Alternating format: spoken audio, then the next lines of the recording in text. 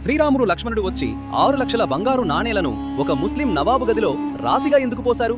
ఇది భద్రాచలం ప్రాంతానికి పన్ను వసూలు చేసే అధికారి అయిన కంచెర్ల గోపన్న కథ. అడవిలో కొంతమంది గిరిజన మహిళలకు రామ, సీత, లక్ష్మణుల దివ్య విగ్రహాలు దొరికాయని ఒకరోజు ఆయనకు తెలిసింది. గోపన్న అక్కడికి చేరుకుని ఎండవానలకు ఒక పాడుబడిన గడ్డి గుడిసెలో ఉన్న దేవుడిని చూసి ఆయన హృదయం చలించిపోయి పరిణామాల గురించి ఆలోచించకుండా తరువాత ప్రజల నుండి విరాళాలు సేకరించి ప్రభుత్వ ఖజానాను నింపుతానని నమ్మకంతో పన్నుగా వసూలు చేసిన డబ్బుతో అక్కడ ఒక అద్భుతమైన రామాలయ నిర్మాణానికి వెచ్చించాడు. కానీ ప్రభుత్వ డబ్బును అనుమతి లేకుండా ఖర్చు చేశారని గోల్కొండ నవాబ్ తానీషాకు తెలియగానే దానిని రాజద్రోహంగా పరిగణించి గోపన్నను అరెస్టు చేయించాడు.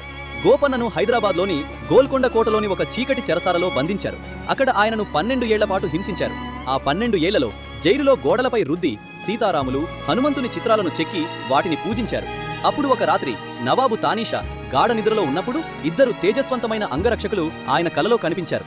వారు తమ పేర్లు రామోజీ, లక్ష్మణోజీ అని చెప్పి నవాబుకు 6 లక్షల బంగారు మొహరీలను అందజేశారు. నవాబుదంతా ఒక కల మాత్రమే అనుకున్నాడు. కానీ ఉదయం కళ్ళు తెరిచి చూసేసరికి కలలో ఇచ్చిన 6 లక్షల బంగారు నాణేలు నిజంగానే ఆయన మంచం దగ్గర పడి ఉన్నాయి. వారు సామాన్య సైనికులు కారని, సాక్షాత్తు ఆ శ్రీరామ లక్ష్మణులేనని నవాబుకు అర్థమైంది. అతడు ఏడుస్తూ జైలుకు వెళ్లి గోపన్న పాదాలు పట్టుకుని క్షమాపణలు అడిగి ఆయనని ఎంతో గౌరవంగా విడుదల చేశాడు. ఆ రోజు నుండే గోపన్న రామదాసుగా పిలువబడ్డాడు.